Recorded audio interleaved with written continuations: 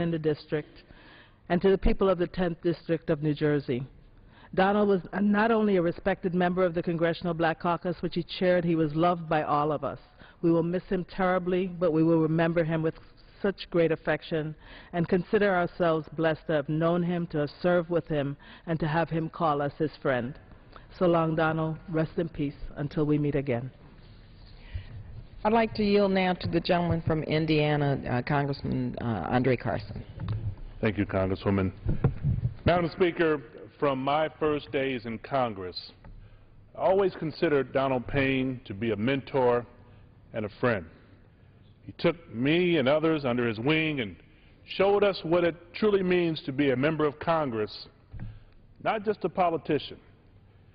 He showed me, like he showed so many of us in this chamber, how much more we accomplish through humility and cooperation than through bravado and partisanship. He was brilliant, and he put thought into every word he said. And because of that, Madam Speaker, his words carried weight on both sides of the aisle and in both chambers. Most recently, I was privileged to serve under his leadership on the board of the Congressional Black Caucus. And I was able to see up close how he brought together the diverse personalities and opinions of the caucus in order to achieve a greater purpose.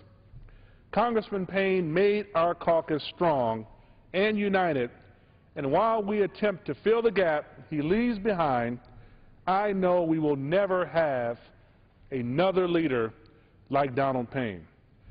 Madam Speaker, learning to serve in the House is truly an honor, but it also comes with many challenges.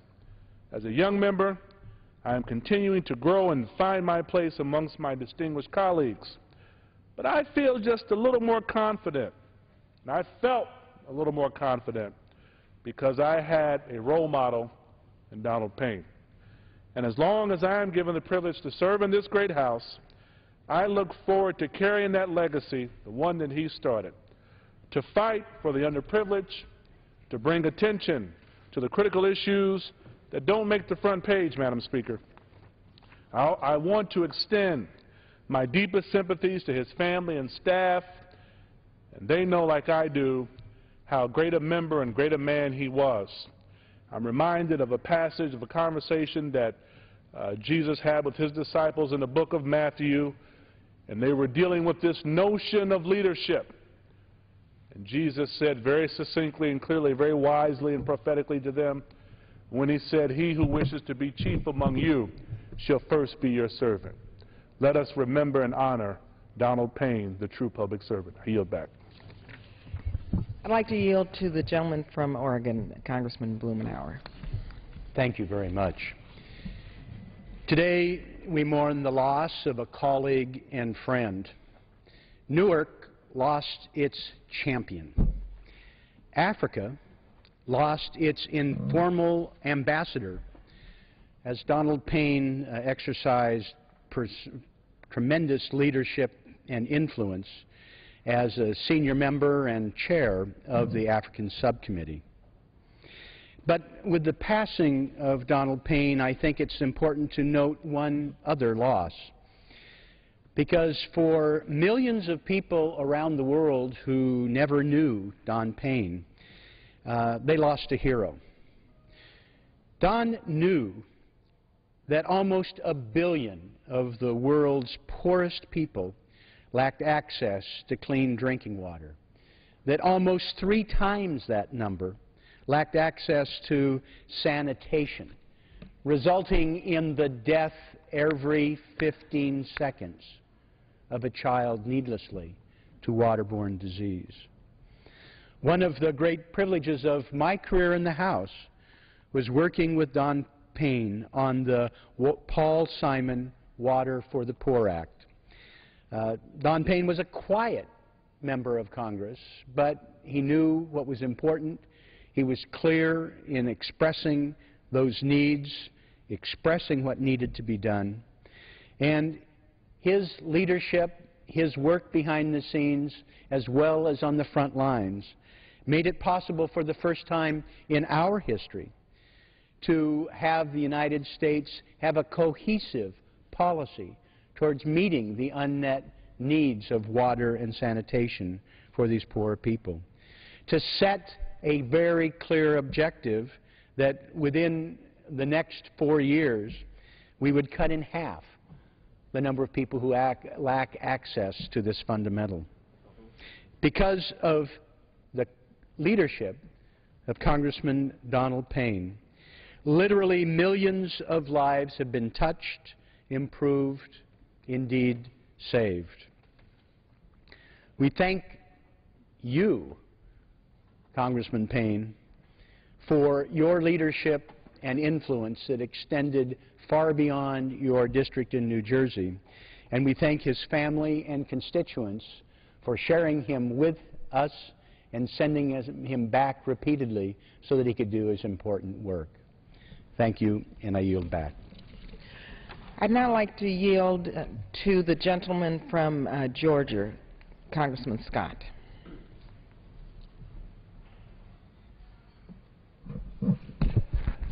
Thank you very much, Ms. Lee. This is indeed very sad and at the same time a very precious time, because we're here to talk about a life. A life is so precious. Donald Payne was indeed a very special human being. I served with Donald Payne on the Foreign Affairs Committee. And through his work on the Foreign Affairs Committee, I got to know him. And let me just say to the people of New Jersey, to his family, you've lost a friend, you've lost a husband, a father, a public servant for the Newark area of New Jersey. But I want you to know that Donald Payne's life and his legacy goes far beyond there. There was a friend of mine who said, I don't want to hang around the shores with the little boats. I want to go way out where the big ships go. Well, Donald Payne went way out where the big ships go. And nowhere was his impact more meaningful than in the continent of Africa. It was Africa that just pulled his heart, pulled his whole being. And Donald Payne became the champion and the foremost advocate for the people of Africa in the Congress of the United States. What courage. I remember the time I was over in Africa, going to the Congo, going to the real heart of the matter, going into Kenya, and going into the Somalia, into Yemen. But there was Donald Payne with the courage at a very difficult time, at a challenging time, when al-Shabaab was in control of the situation in Somalia. And you hear on the news that there is a congressman who's in harm's way trying to get on an airplane to get out of Somalia at a very hot moment. But he was there in the toughest, meanest, most difficult part of Africa, bringing some reason. So all over this world, we can all say, we thank God for sending Donald Payne our way.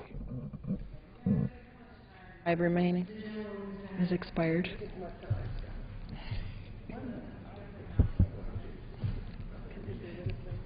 The time has expired. May we request an additional 10 minutes? And the chair cannot entertain that request. Can we do 1 minute? 1 minute, okay.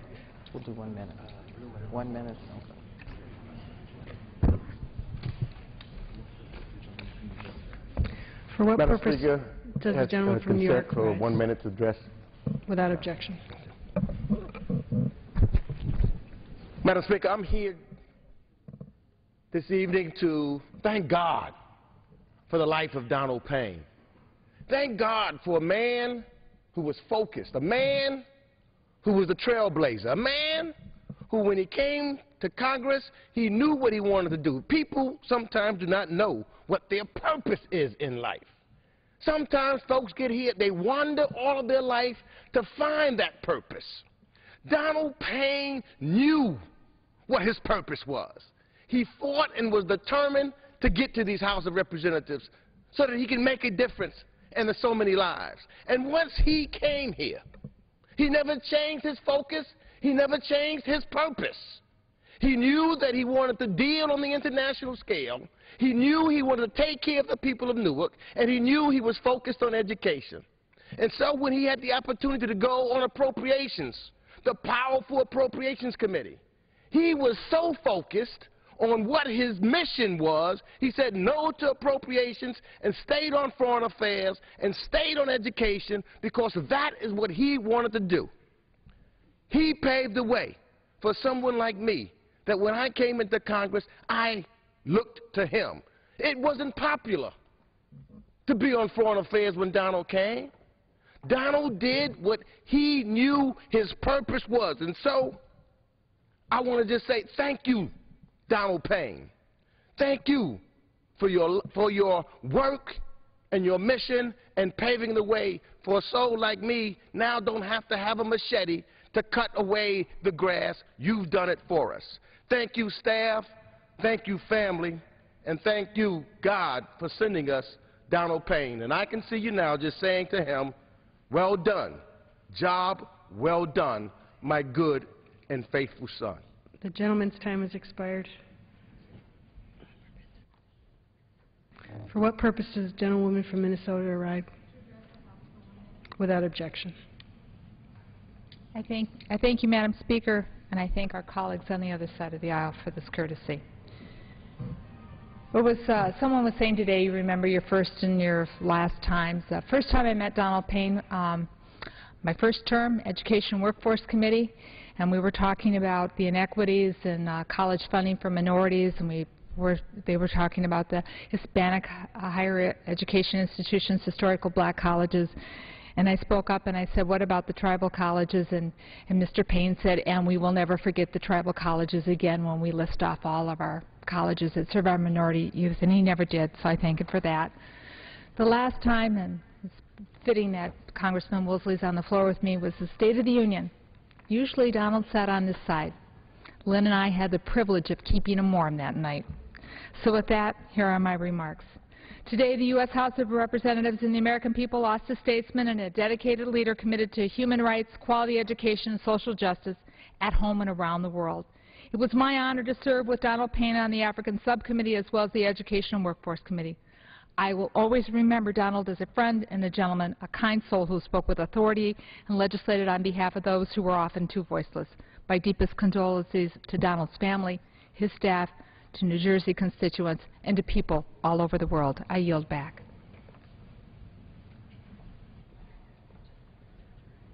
For what purpose does the gentleman from Georgia rise? Must request permission to address the House for 1 minute. Without objection. Madam Speaker, all the world's a stage and all the men and women merely players. Each has his entrance and his exit. One man in his time may play many parts. So it is with Donald Payne. He was a son, a brother, a husband, a father, a grandfather, a great-grandfather, a teacher, a coach, a mentor, a leader.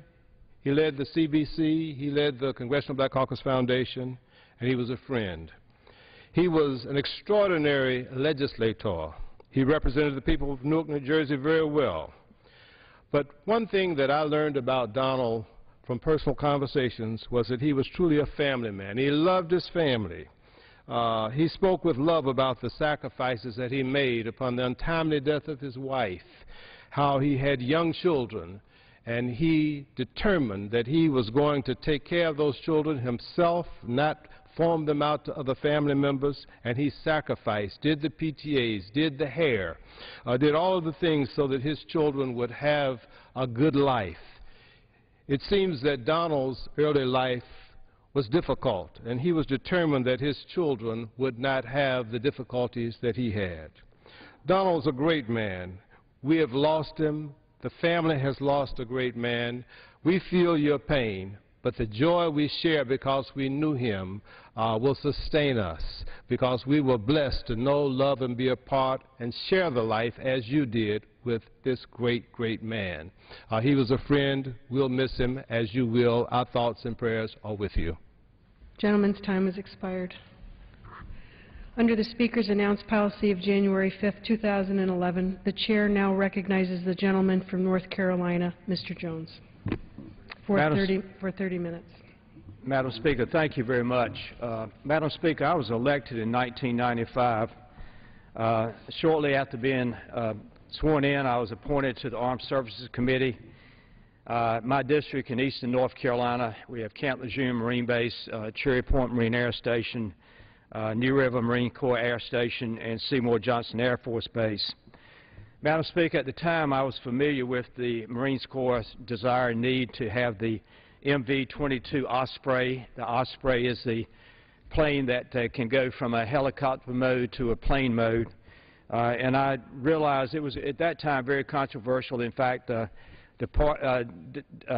Secretary of Defense Dick Cheney was opposed to the plane ever becoming a reality, and as a member of Congress I was very supportive. I was a new member, obviously, and I was very much supported. Madam Speaker, I'm just going to hold up for a moment what the Osprey looks like.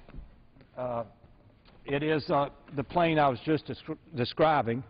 It's an unusual looking bird, but the Marine Corps believes it's what they definitely need to complete their mission of serving this great nation. Well, on April the 8th of the year 2000, a tragedy happened in Marana, Arizona, Colonel John Brow, and he is to my left, Madam Speaker, on this poster, was the pilot, and the co-pilot was Major Brooks Gruber. And that night, Madam Speaker, 19 Marines on a mission at Marana, Arizona, Nighthawk 72 that was being piloted by Brow and co-pilot Gruber, it flipped and crashed and burned, and 19 Marines were killed. It's a very tragic happening, very tragic night. Madam Speaker, the wife of the Major Brooks Gruber contacted me and asked me if I would to please look into the fact that the Marine Corps had issued a press release, and I'm going to just touch on this very briefly. Marine Corps officials say a combination of factors caused Osprey accident. A report released by Marine Corps officials today confirmed that a combination of human factors, and that's a problem, Madam Speaker, that word human factors caused the April 8th accident. General Jones quoted, his quote was, "Unfortunately, the pilot's drive to accomplish the mission appears to have been the fatal factor." And Madam Speaker, again from Marine headquarters, they sent out this press release nationally and internationally, and therefore people started believing that the two pilots were somewhat responsible for the accident. About a year later is when Connie Gruber contacted me, and I would like to read part of her email to me, December the 10th of 2002. "I contact you in hopes that leaders of integrity, free of bias, would have both the intelligence and the courage it takes to decide the facts for him or herself. If you do that, you will agree the human factor / pilot error finding should not stand in its military history." She further stated in her email, "Again, I respectfully ask for your support. Please do not simply pass this matter along to General Jones without offering the support my husband and his comrades deserve. Please remember these 19 Marines can no longer speak for themselves. Madam Speaker, that email from Connie Gruber started a 10-year journey. And from that journey, I continued to reach out to experts, which I am no expert, Madam Speaker, at all. But I had to believe the wife of Brooks Gruber, that she and Trish Brow, the wife of the pilot, Colonel John Brow, that they told me that their husbands deserve to have the right to rest in peace. So, Madam Speaker, from that I would like to read some comments. Rex Rivolo wrote me this in the effort of trying to clear the names of John Brown and Brooks Gruber. I write in an attempt to help correct a great injustice perpetrated on Lieutenant Colonel John Brown, United States Marine Corps, and Major Brooks Gruber, United States Marine Corps, in attributing the cause of the MV-22 mishap in Marana, Arizona on April 8, 2000 to aircraft crew. He further stated, and I want this to be recorded for the record, at the time of the mishap, I was the principal analyst for the V-22 as a research staff member at the Institute for Defense Analysis, a nonprofit organization supporting the Department of Defense Office of Director of Operational Tests and Evaluation. Madam Speaker, another individual who's an expert that joined us in this effort to clear the names of John Brown and Brooks Gruber is Phil Coyle. And I want to quote what he put in an email to me on November 8th of the year 2000. Major Gruber should not be blamed for flying his aircraft on a flight path that he was not trained to fly and expected to fly. The Marine Corps knows today that flight path was lethal, but they did not know it then, and neither did Major Gruber. Considering it was ignorance on the part of the Marine Corps that caused the April 8, 2000 accident, the Marine Corps should make it clear to Major Gruber's family with no ifs and or buts that Major Gruber was not responsible for the accident. Madam Speaker, I continue to go on because this has been a 10-year effort for the families of John Brown and Brooks Gruber. Madam Speaker, the Marine Corps shortly after the accident assigned 3 Marines the day after the accident on April the 8th to fly to Arizona and to do their own investigation for the United States Marine Corps.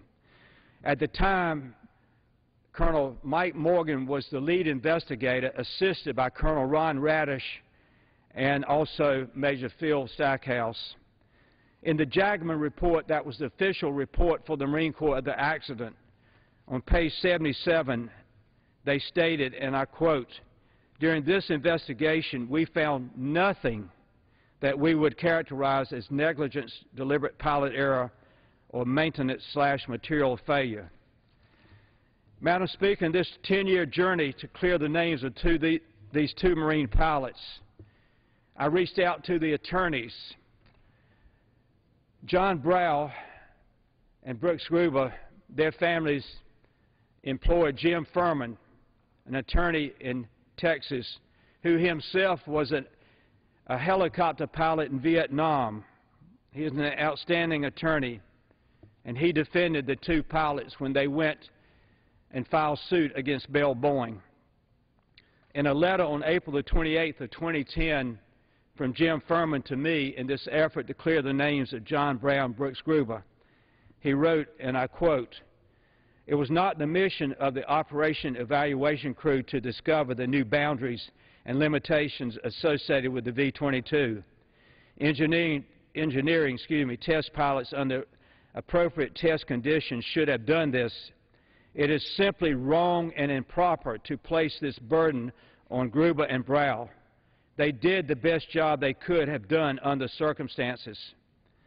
He further stated, prior to the March 2000 crash, this was a separate crash, Madam Speaker, the Navy already had reports of strange aerometric responses in the aircraft. These events should have been completely investigated before any more operational testing continued.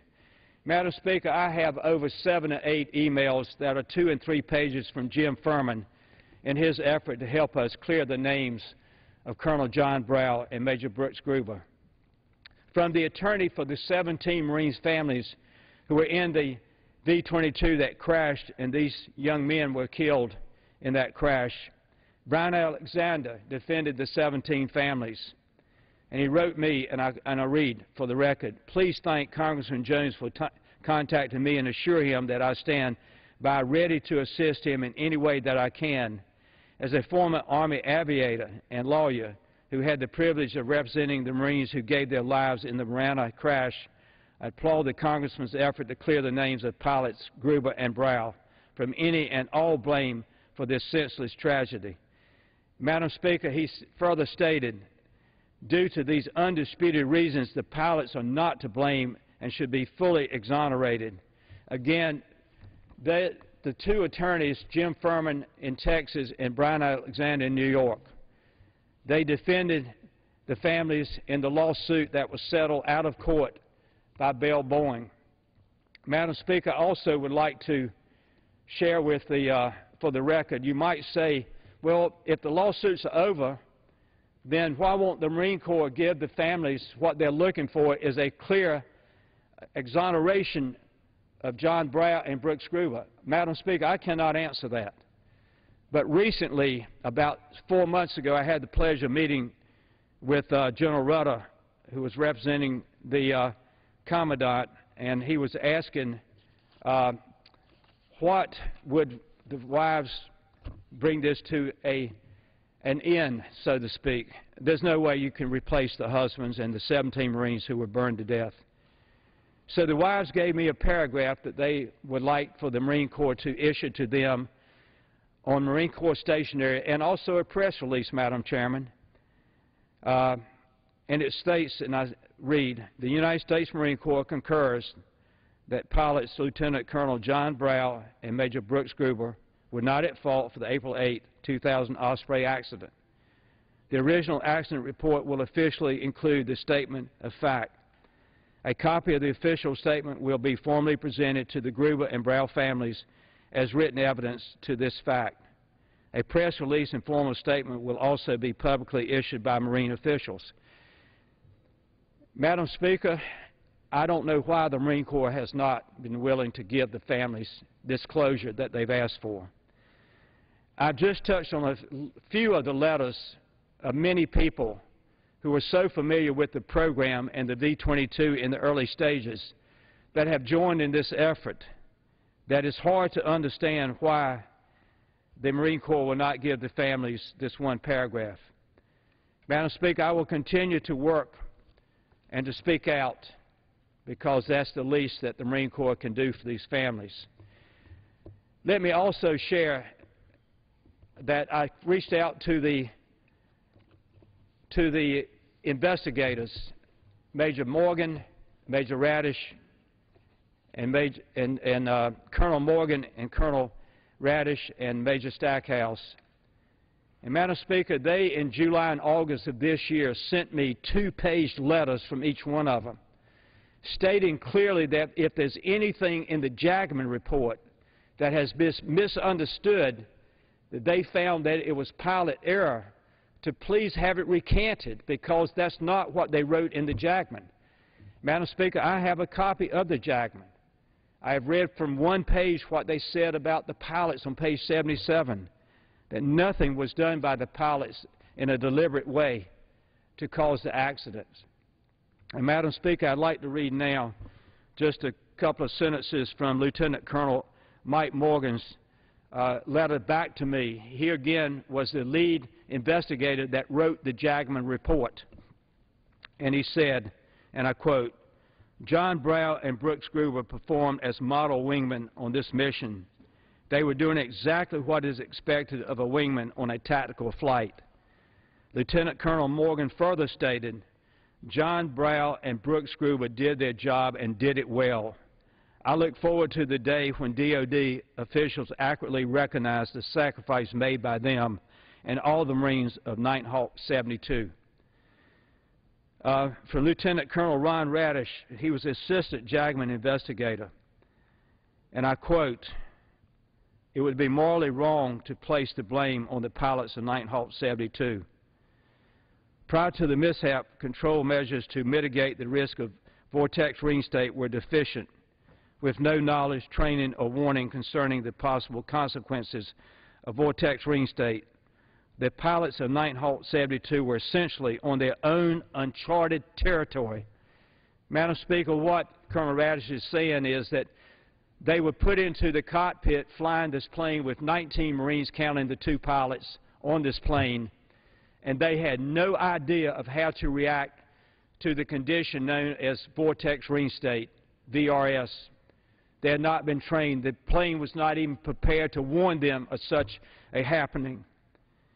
And the third investigator, Madam Speaker, was Captain Phil Stackhouse, and he said, "I do not feel that our investigation reflects that the mishap was a result of pilot error. And if this investigation was interpreted that way, it was misinterpreted. For any record that reflects the mishap was a result of pilot error, it should be corrected.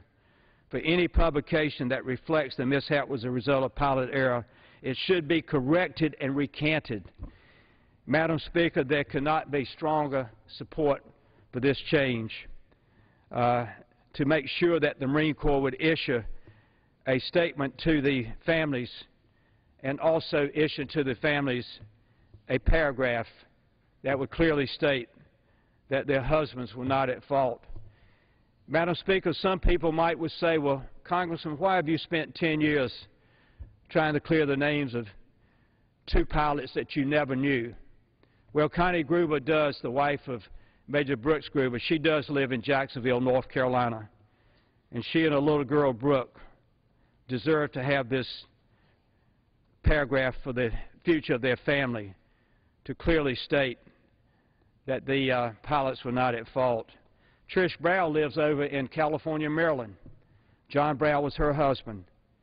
And I've been there with one of their sons, Michael, who was in my office a year ago in March, when we talked about our strategy to clear the names of these 2 Marine pilots. And I never will forget, Madam Speaker, that Michael leaned up after we talked. There were about 5 adults, including his mom, in there. And he leaned up and he said, "May I say something?" And we all said, "Certainly you can, whatever you would like to say." And he said, "Will you please let me clear my father's name?" Madam Speaker, the ball is in the Marine Corps' court. All the evidence and all the experts have joined in this effort to clear the names of the 2 pilots. And I think if there's anyone that could see the faces of the 2 Marine pilots, right immediately close to me is Colonel John Brow, pilot, and beside him is Major Brooks Gruber, who was a co-pilot. And I think about what I've said to the wives and to the sons and daughters. It's time that the Marine Corps salute Colonel John Brow and Major Brooks Gruber and say, "Colonel and Major, you may rest in peace. Don't ever worry about your name again. That we've done everything we can as the United States Marine Corps to make sure that the public knows that you 2, pilot and co-pilots, were not at fault for that tragedy on April the 8th of 2000. And Madam Speaker, just a couple more minutes and I will bring my comments to a close. I had someone to send to me a quote by Voltaire that says, "To the living we owe respect, to the dead we owe the truth." And that's why I wanted to be on the floor tonight to share just a few comments by the experts, not by me. I am no expert. I'm just a one man that believed what the wife said, Connie Gruber. My husband and John Brow cannot speak for themselves.